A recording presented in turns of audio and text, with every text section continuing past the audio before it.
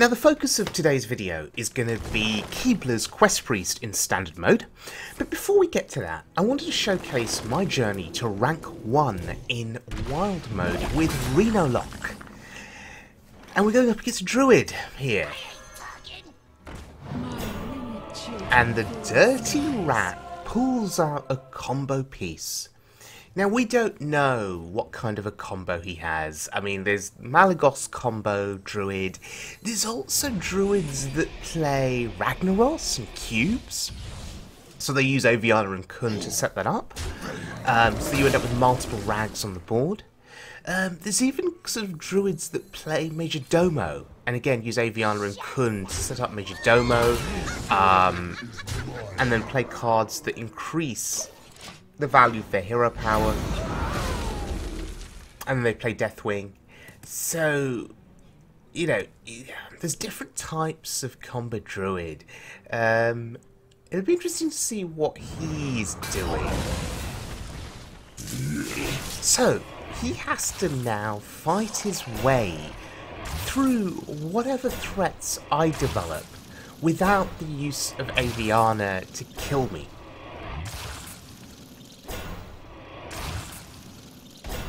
And with Rena Jackson in hand, I'm feeling pretty confident here. I could use Sylvanas here and get a full clear. Feels like a waste of Sylvanas, but we start to shred his armor, and that's really, really important.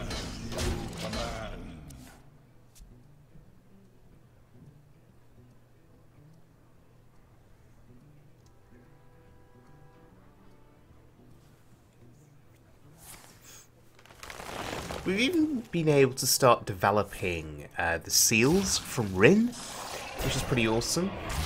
Although I'd imagine it's quite slow, so ultimately we may not get to a point where Azari is playable.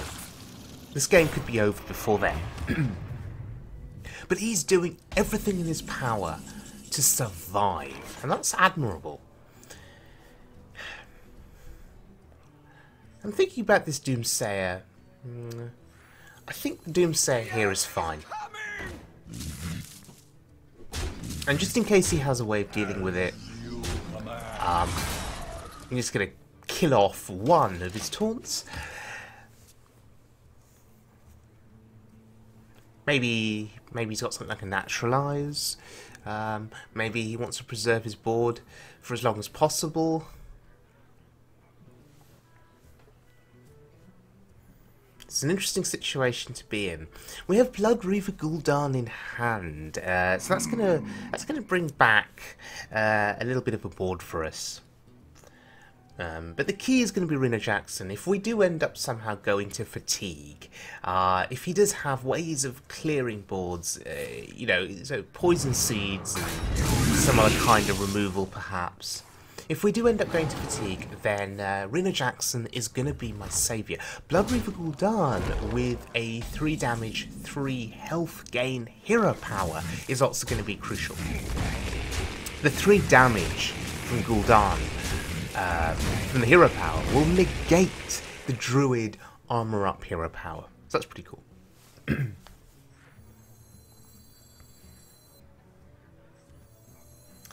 So I'm contemplating whether or not it's time to develop Gul'dan here, or whether I could just develop an antique healbot and a taunt.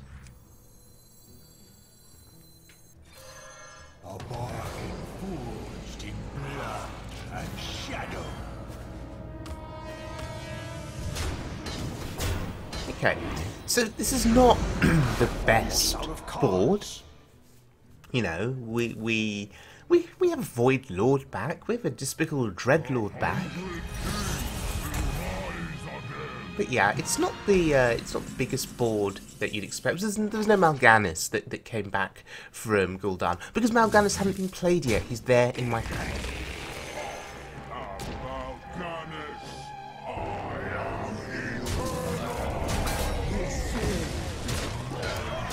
Maybe the trades could have been slightly better. Maybe we could have set Kun to 1 and let the Dreadlord take care of him.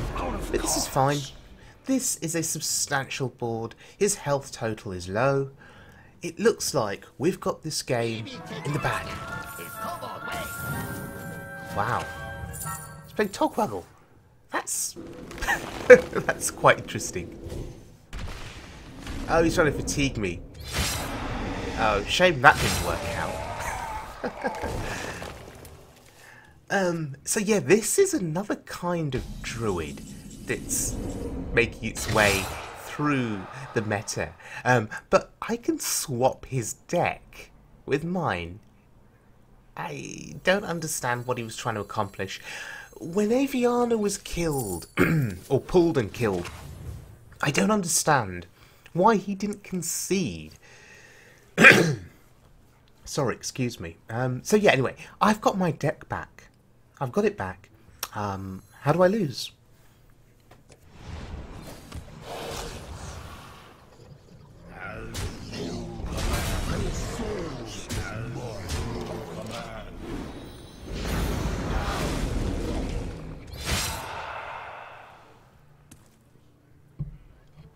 So we're back on the fatigue plan now. Of course, he stole my deck and he stole Kazakus. He drew Kazakus, of course. I can rest now.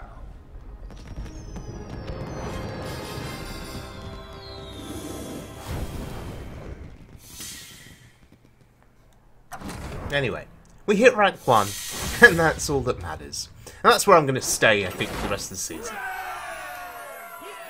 Right, so onward to the focus of today's video, and we are playing Kibler's Quest Priest on Standard Mode. Now, I've been playing lots of different decks on Standard Mode, hovering between rank 3 and rank 2. So I've been playing everything from Aggro Paladin to Spiteful Druid to Spiteful Priest to Kibler. I've been playing lots of different things, and as I said, I've had relative amounts of success, but not able to break past rank 2. Then I saw Kibler playing this on his stream, and I fell in love with this deck. Obviously, Kibler is a much better player than I am, but, you know, the principles behind this deck are easy enough to follow. So you have the quest, you complete the quest with your Death Rattle minions, and then you have Amara. You can heal up to 40. Ideally, you'd have Zola the Gorgon in your hand, so you can bring Amara back to hand, heal up again to 40. If you manage that, then aggro decks are sad. There's nothing they can do. What else is pretty interesting about this deck? There is, of course, one of my favourite cards in the entire game, Duskbreaker, which deals with those Paladin boards especially. There are a few dragons in the deck that synergise with Duskbreaker, but it's not what you'd call a dragon-centric deck. But there are enough dragons to make it work. Double Psychic Scream to clear boards is obviously pretty cool. Obviously, you've got to remember that Psychic Scream does not kill the minions, it shuffles them back into your opponent's deck, so they can play them again. Against spiteful decks, that's pretty worrying because, well, if you have 2 spiteful summoners on board, you Psychic Scream, they can play them again. That's as I say, that's dangerous. But to deal with big threats, let's say spiteful based threats, you have Shadow Reaper Anduin, and that's a pretty key inclusion in terms of big removal, because you only play 1 copy of Shadow of Death. There's also 1 Mind Control in the deck that's pretty good against cube decks, I guess. It's really good against Taunt Druid. You know, you could steal Hadronox, and if they haven't naturalized it, of course, or you could steal a cube that has double Hadronox in it. I've done that once. That's pretty awesome. What else? Archbishop Benedictus also in the deck, and you will see a pretty cool clip in this video where Benedictus won me the game, against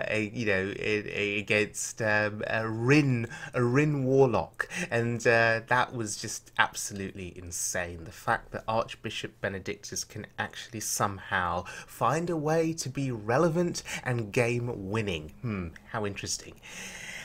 So yeah, the idea is to complete the quest as quickly as possible, I think, and Twilight's Call does help with that, but you are reliant on drawing Death Rattle minions quite early. And sometimes, because of the heaviness of your deck, sometimes your opening hand can end up being Shadow Reaper Anduin, Mind Control, and you know, and Alex Straza, and that's not ideal. But a lot of the time, I do find that I find my loot orders, I find my plated beetles, I find my crystalline oracles, and Oracle I'm not so sure about as a card. It's a 1/1, so it does very little. Okay, it trades into a 1 health minion, but I don't know. This is a meta that's sees a lot of plated beetles being played by different classes, actually, not just this deck. Paladins play it, Warlocks play it. Your Oracles, 1/1s, they don't trade very well with sort of 2 or 3 health minions.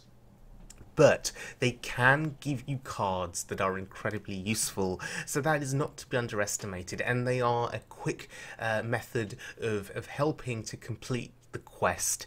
They hasten the completion of the quest is what I'm trying to say. So yeah, they're not too bad.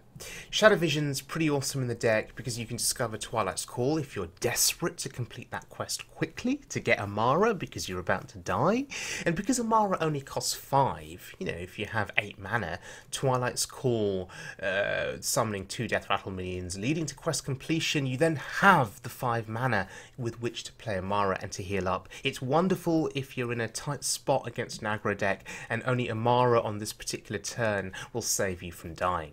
So there's some pretty cool sort of things you can do with this deck, and we're going to have a look at two highlights from my recent adventures on the standard mode ladder. Okay, so going up against a Warlock who had played Rin and had started playing the Seals, very close to getting Azari, but I welcome Azari, I really do, because look at who's in my hand. Archbishop Benedictus, ready and waiting for Azari. I am out of cards. There's such a wonderful animation effect there. But Benedictus stops me from going into fatigue, and Twilight's Call. Oh look, Void Lord. So now we have a taunt in play, hopefully blocking the 10 damage to face from Azari. If he has a silence effect, we will probably take 10.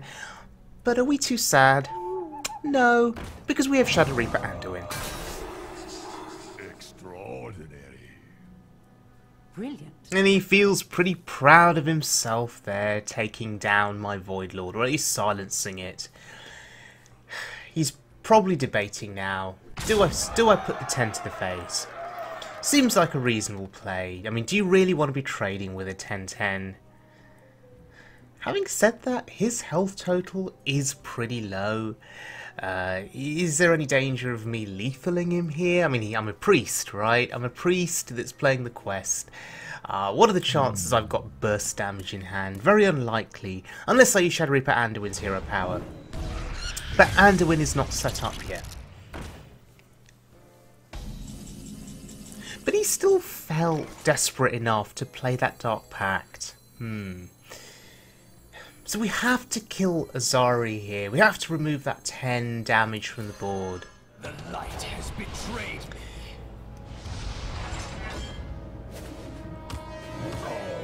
And I'm gonna assume that he cannot kill me at 20. I don't know if there are any Doomguard shenanigans with cubes that he can employ here to kill me, but I'm going to assume that I don't die. What we haven't seen is Blood Reaver Gul'dan, and that would be a next big wave of demons that we have to deal with. And there it is. The question is, what demons does he get back? And there are no Void Lords on that board. That's actually pretty bad for him. I have Duskbreaker in hand. Just one instance of Duskbreaker here that I can cast. I do have 2, but no other dragon to support them. So just one instance of Duskbreaker for the AoE damage. The question is, how do I want to go about doing this? I'm going to prioritise on ensuring that the 6 damage minion is killed first. and then trade off.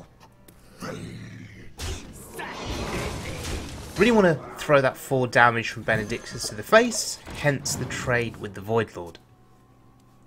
So, 4 minions on board. He has the hero power that does damage and heals him. So eventually my board will disappear, right? Oh, okay. Defile speeds that up a little bit. Yeah, Defile just completely wrecks my entire board. And now it's his hero power versus my hero power. I mean, initially you think it's 3 damage versus 2 damage, but actually I can fit in multiple casts of my hero power each turn, so yeah, 4 damage in that instance versus the 3 that he can throw back. So in the long run, am I favoured? That's the question. Too much thinking needed here. Out of my jungle!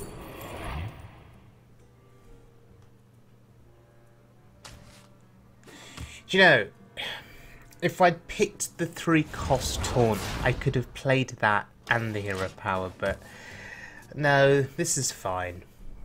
This is fine. We have Amara. I don't feel like we're in any kind of big rush here. And Archbishop Benedictus has won us this game, undoubtedly. Otherwise we'd be taking fatigue damage now, and his hero power would simply kill us. Yeah, so to get to a point where Benedictus can actually be game-winning and competitive, that's pretty awesome.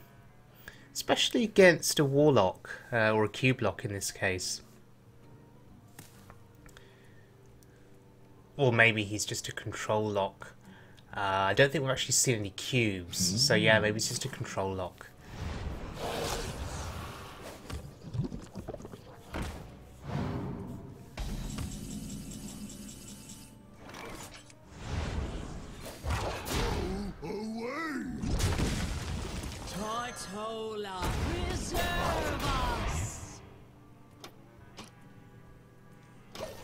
Debated about putting the Swampoos down. I didn't feel the need to. I'm also conscious of Twisting Nether, conscious of other big board players.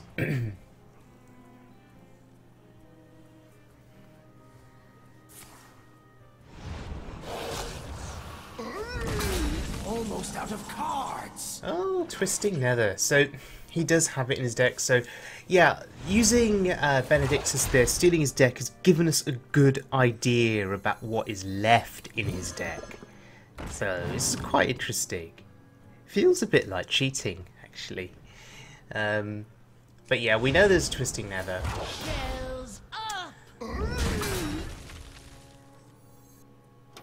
So we're not going to play the Dustbreaker. Let's see him use that removal first. Oh, Hellfire. Okay. Hellfire damages his own face though. Puts him in a bad spot. I'm out of cards. And Godfrey. Okay. So, how do we want to go about this? Do we just try and maximise our hero powers here? How many can we fit in? Not enough to kill him. Not enough to kill him. So just developing a 3-3 seems reasonable. And he will hero power it, but that's fine. See, every time he hero powers a minion, it means he's not hero powering my face.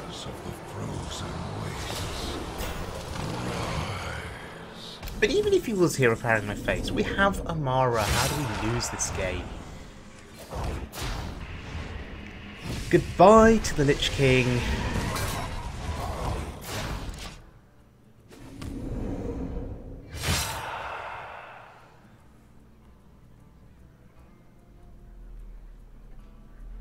And yeah, this should be over. Yeah. Well played. Feels amazing. Right, so that was a pretty cool win. Let's look at one final example here against a Paladin.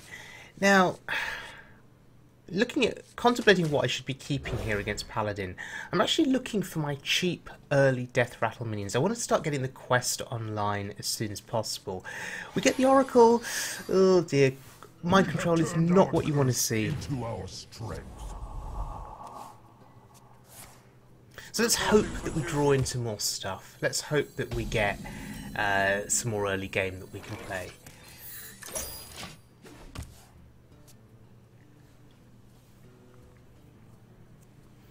So Paladin is going to be tough. It's a very difficult deck to beat at the moment. I assume this is the deck that plays Qualities, that plays Avenging Wraths, that plays Argent Commander, that plays Valinir. Yeah, it's going to be very difficult to beat. They can burst you out of nowhere. They can play a bit of a control style game with Equalities and Consecrations, and then suddenly when Valinir gets online, they can just burst you down very quickly, whacking your face with Valinir, getting the buff effect on Argent Commander, getting the buff effect on Saronite Chain Gang, and just getting massive value. Equality Avenging Wrath doing you in. Lots of ways to kill you, so we need to get that quest online as soon as possible. We have drawn into the Loot Hoarder, which is really good, but look at that, Call to Arms, which is soon to be nerfed, and I guess it will be a welcome nerf. Oh, that's really useful. Well, actually it's not. Not yet, anyway. Consecration, if we were to cast it, would buff his 2/3s, and that's not good. We can't be taking that much damage. So we're in a bit of a bad spot here. We will be hoping for a 2/3 to trade into my Loot Hoarder, but with a Juggler on board, oh dear, no. Okay. So he has a firm grasp, a firm control of the board here. We are in a lot of trouble. We're in a lot of trouble. No easy way to complete our quest. It's just very slow here. Very slow. We have too many expensive cards in our hand. This is really bad for us. Plated Beetle will be killed next turn if we play it. It will get some armor for us. But there's still a lot of damage coming our way next turn that's not good for us. 4 minions off completing the quest. Yeah, that ain't happening anytime soon. So herein lies a problem, I guess. Oh my goodness. Herein lies a problem against Paladin. Can you build up, you know, enough of a defense quickly enough to survive the damage? Can you complete the quest quickly enough to get Amara?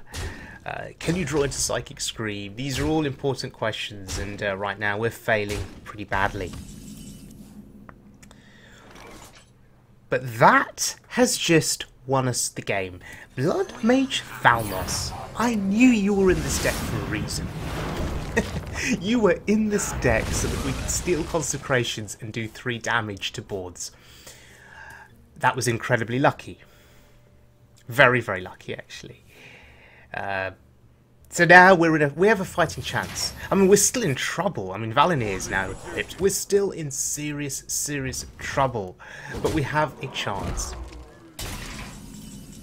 We've seen one Avenging Wrath, which is good to know.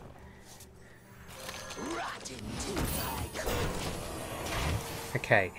Getting closer now to quest completion. We're at least going to hopefully get some healing from this, unless he has silence. If he has silence, we're really sad, because we really need the extra health. And there it is, there's silence. That's bad news. What we can do though next turn is we can play the Drake. And if he's used this silence now, hopefully he doesn't have another one in hand.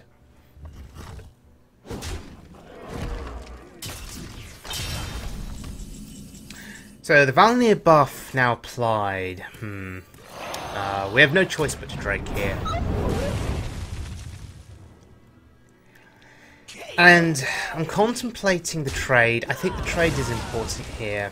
Going face, I mean, if he has another silence, it's just bad for us. So we have to trade.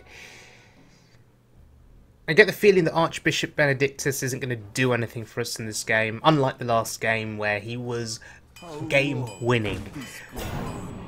And of course, the Paladin gets the buff on Serenite Chain Gang. Of course.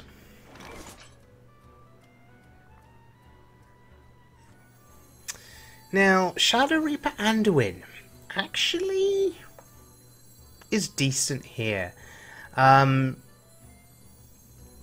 It's going to mean that he's going to start getting more Valinir value, but we have to remove those minions from the board.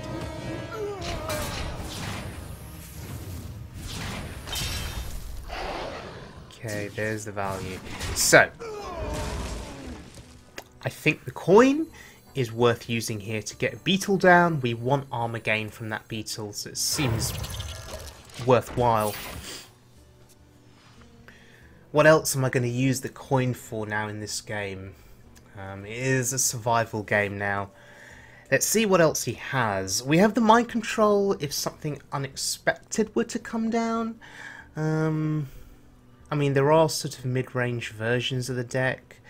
You know, that could play Tyrion, for example. It's unlikely, but possible.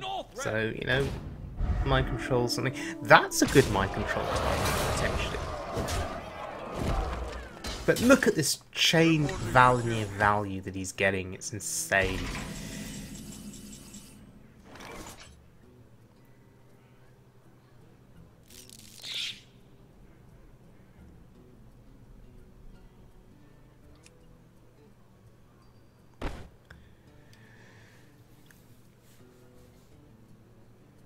So if I'm stealing that, do I want to cash in the beetle as well? Am I really desperate for that armor gain? That's the question here. I think I am. I actually think I am. And actually, instead of mind control, Drake's probably better. Drake puts Taunt in the way. We are at a reasonable health total. Even with a silence, we should still be okay. But second Avenging Wrath could be a problem. Yeah, equality. Does he have it? No, just consecration. Okay, just consecration.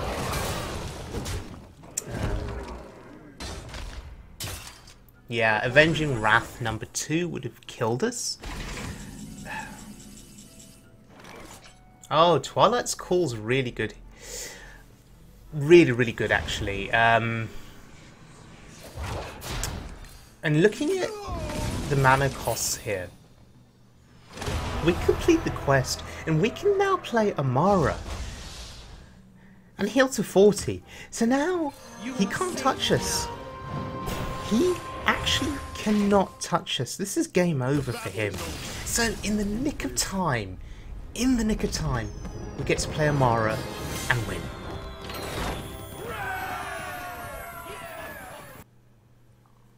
Okay, so Brian Kibler's Quest Priest. Tremendous amount of fun. You know, I was knocked down to rank 3, and I've used this deck to climb back into rank 2, and it's done pretty well for me. You know, looking at some of the cards in this deck, looking at the late game, Alex Straza. I mean, what to use Alex Straza for? And that's been a bit of a mystery for me. Although I can see sort of the purpose of it, kind of. You know, you put your opponent down to 15. You have Shadow Reaper Anduin in play. You have cheap cards in the deck like Oracles, Loot Hoarders, Beetles, and you can combine those with your hero power to essentially kill your opponent over 2, maybe 3 turns. You can Alex Straza your own face. She is an activator for the Duskbreakers. So you can Zola Alex Straza as well to heal your own face back up. So there's benefits to having her, but she's a bit of a mystery to me because I've not managed to get great value out of her in any of the games that I've played. And I wonder if a different dragon would be better than Alexstrasza. It's something to consider, certainly. Psychic Scream has been wonderful for me. Primordial Drake has saved me against aggro quite a few times, and Shadow Reaper Anduin has also been an emergency heal for me. I mean, you know, 5 armor is actually quite useful when you're in the last stages of a game against aggro. It can buy you 1, maybe 2 more turns before you complete your quest to play Amara. And Archbishop Benedictus, which is more or less a meme card in the Hearthstone universe, actually won me a game against a Rin Warlock, as you saw earlier in the video. So I have a newfound respect for Benedictus. Anyway, thank you very much for joining me, everyone. I hope you guys enjoyed the video. If you did, please subscribe. And the nerfs are soon to be upon us on the 22nd of May. That's in a couple of days. So it'll be very interesting to see how that changes the standard and the wild mode metas. But yeah, that's all for now. And I'll see you guys all again very soon for more Hearthstone fun.